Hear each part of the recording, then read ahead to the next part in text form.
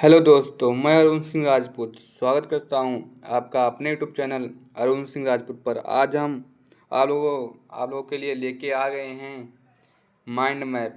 Chapter का नाम है भारत में राष्ट्रवाद, नेशनलिज्म इन इंडिया, जो कि हिस्ट्री का सेकंड चैप्टर है। तो आइए बिना किसी देरी के शुरू करते हैं। जैसा कि आप लोग ऊपर देख पा रहे हैं, वो लिखा है अध्याय एक दृष्टि में। आप लोग एक बार देखेंगे और सारा जो अध्याय में आप लोगों ने पढ़ा है वो आप लोगों को मन में रिपीट होने लगेगा आप लोगों के दिमाग में। तो आइए शुरू करते हैं। महात्मा गांधी ने 1915 ईस्वी में भारत वापस आने से पूर्व दक्षिण अफ्रीका में नस्ल भेद के विरुद्ध जन आंदोलन चलाया तथा सत्याग्रह की शुरुआत की। महात्मा गांधी ने चंपारण बिहार का सन 1916 में दौरा किया। तब वहां उन्होंने दमनकारी बागान व्यवस्था के विरुद्ध किसानों को संघर्ष के लिए प्रेरित किया। सूती कपड़ा कारखानों के मजदूरों के बीच सत्याग्रह को संचालित करने के उद्देश्य से 1918 ईस्वी में गांधी जी कहाँ गए? अहमदाबाद। ये आपका मैप में भी प्रश्न आ सकता है। गांधी जी अहमदाबाद गुजरात पहुँचे। राजनीतिक गतिविधियों का दमन करने और राजनीतिक कैदियों को 2 वर्ष बिना मुकदमा जेल में बंद रखने के विशेषाधिकार वाले रॉलेट एक्ट कानून 1919 का विरोध करने के महात्मा गांधी ने देशव्यापी सत्याग्रह चलाने का निर्णय किया। जो आपका रॉलेट एक्ट है, ये सर सिटी रॉलेट की अध्यक्षता में बना था 1919 में। जलियांवाला बाग अमृतसर में एक मेले में भाग लेने के लिए बहुत से ग्रामीण एकत्रित थे। यह मैदान चारों ओर से बंद था। इसमें निकलने का मात्र एक द्वार था। 13 अप्रैल 1919 ईस्वी को जनरल डायर ने मैदान में जमा लोगों पर गोलियां चलवा दी, जिससे बहुत से लोग मारे गए।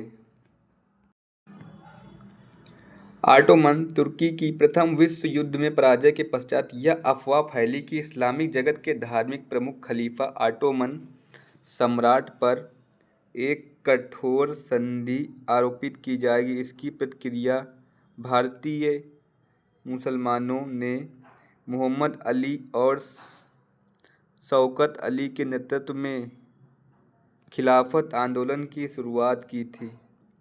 कांग्रेस के नागपुर अधिवेशन 1920 ईस्वी में एक समझौते के तहत असहयोग कार्यक्रम पर स्वीकृति बनी तथा असहयोग एक खिलाफत आंदोलन जनवरी 1921 ईस्वी में शुरू हुआ। चौरी चौरा गोरखपुर में बाजार से गुजर रहा एक शांतिपूर्ण जुलूस पुलिस द्वारा रोके जाने पर दोनों पक्षों में हिंसक झड़प हुई। उग्र भीड़ ने पुलिस थाने में आग लगा दी। उग्र मतलब जो गुस्सा हुई भीड़ थी, उसने पुलिस थाने में आग लगा दी, जिससे कई सिपाही मर गए। चौरी चौरा में हिंसा भड़कने की सूचना मिलने पर गांधी जी ने असहयोग आंदोलन को स्थगित करने का निश्चय किया। साइमन कमीशन 1928 ईस्वी में भारत पहुंचा। तब कांग्रेस और मुस्लिम लीग ने इसका विरोध किया। लोगों ने साइमन कमीशन वापस जाओ के नारे से अपना विरोध प्रकट किया। कांग्रेस का लाहौर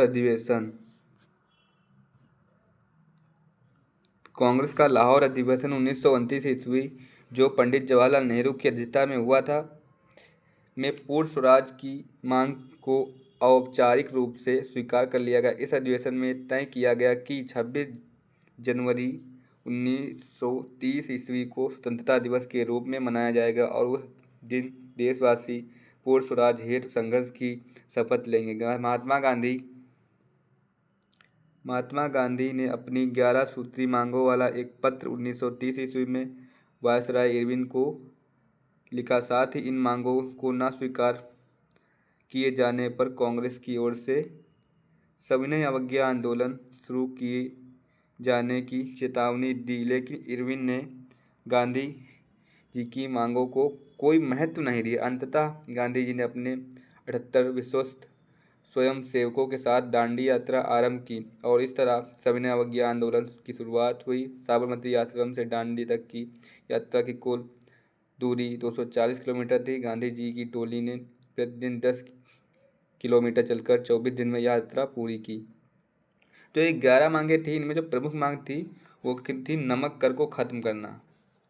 1931 ईस्वी में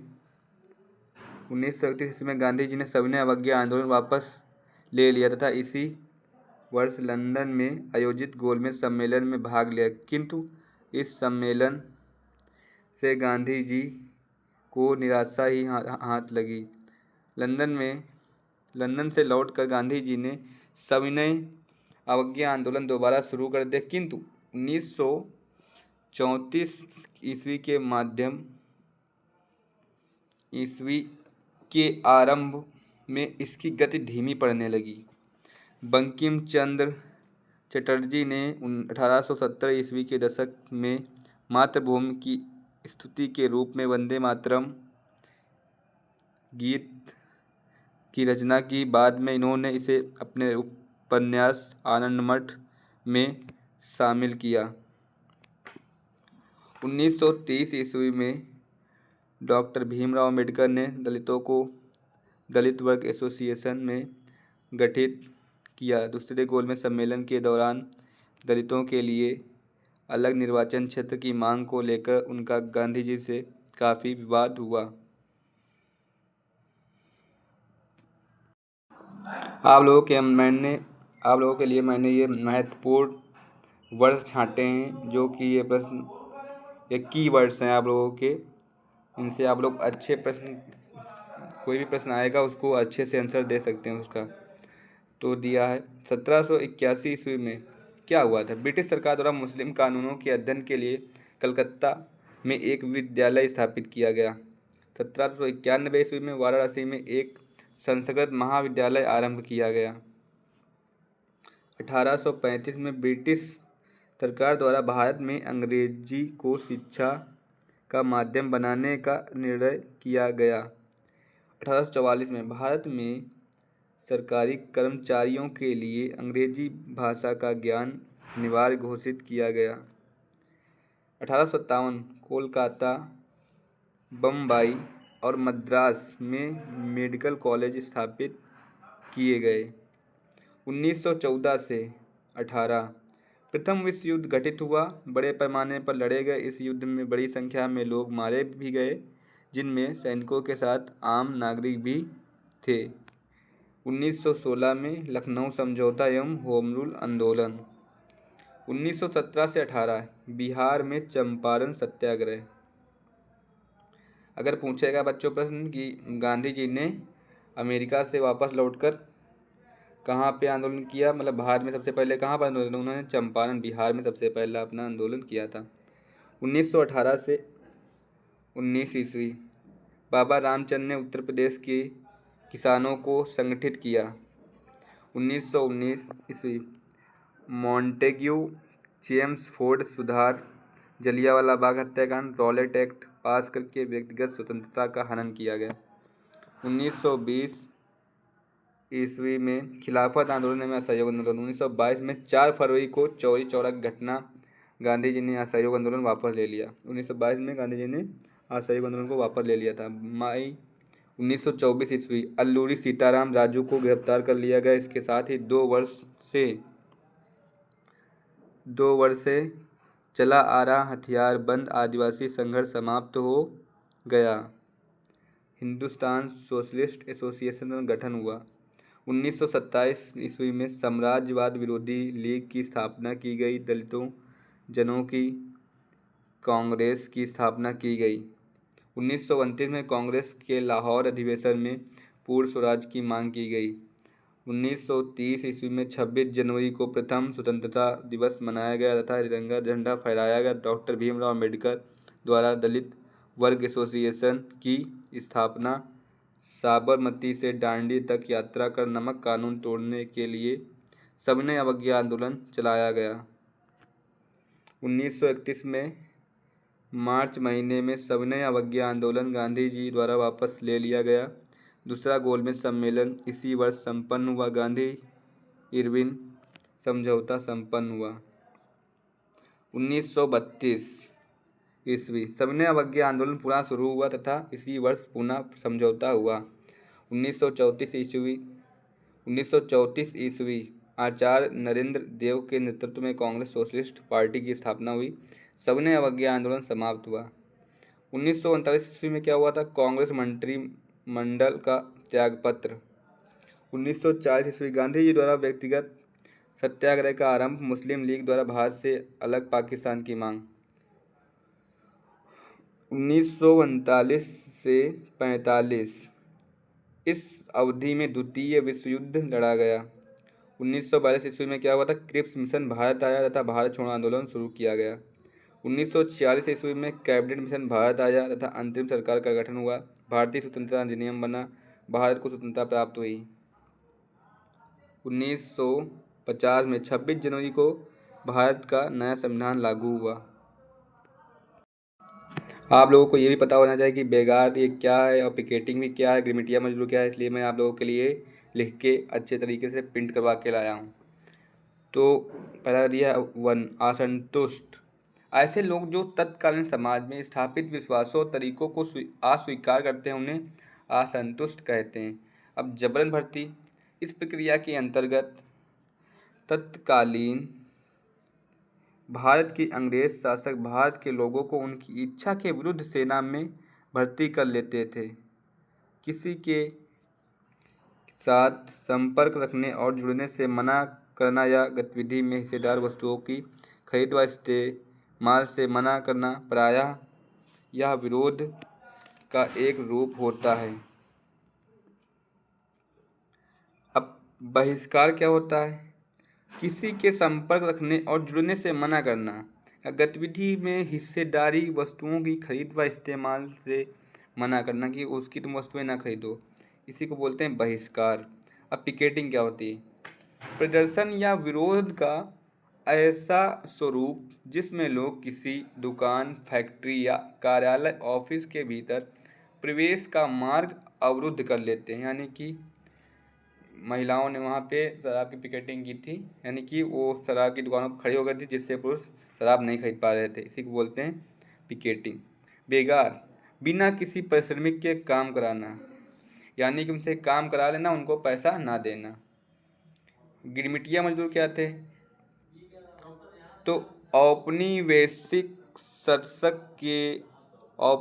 शासन के दौरान बड़ी संख्या में लोगों को काम करने के लिए फिजी, गुयाना, वेस्ट इंडीज आदि स्थानों पर ले जाया गया था, जिन्हें बाद में गिरमिटिया कहा जाने लगा। इन मजदूरों को एक अनुबंध के तहत ले जाया जाता था। बाद में इसी अनुबंध को ये गिरमिटिया कहने लगे, जिससे आगे चलकर इन मजदूरों को गिरमिटिया मजदूर कहा जाने लगा।